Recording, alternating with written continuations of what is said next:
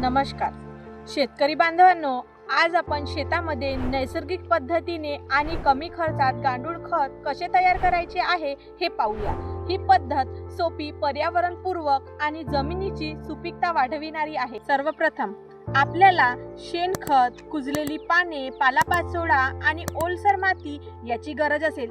या गोष्टी आपल्याला शेतात सहजपणे उपलब्ध असतात। गांडूळ निवडताना इन्सिनिया फेटिडा ही लालसर रंगाची प्रजाती वापरा, कारण ती खत लवकर तयार करते। शेतीतील सावलीच्या जागी 4 ते 5 फूट खोल खड्डा खोदा।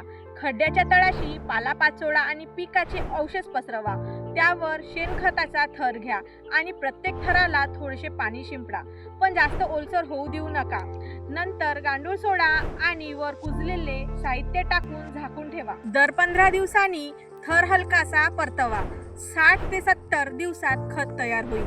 हे खत काळसर, दाणेदार आणि मोकळ्या स्वरूपात मिळेल, जे जमिनीची सुपीकता आणि पिकाचे पोषण वाढवेल।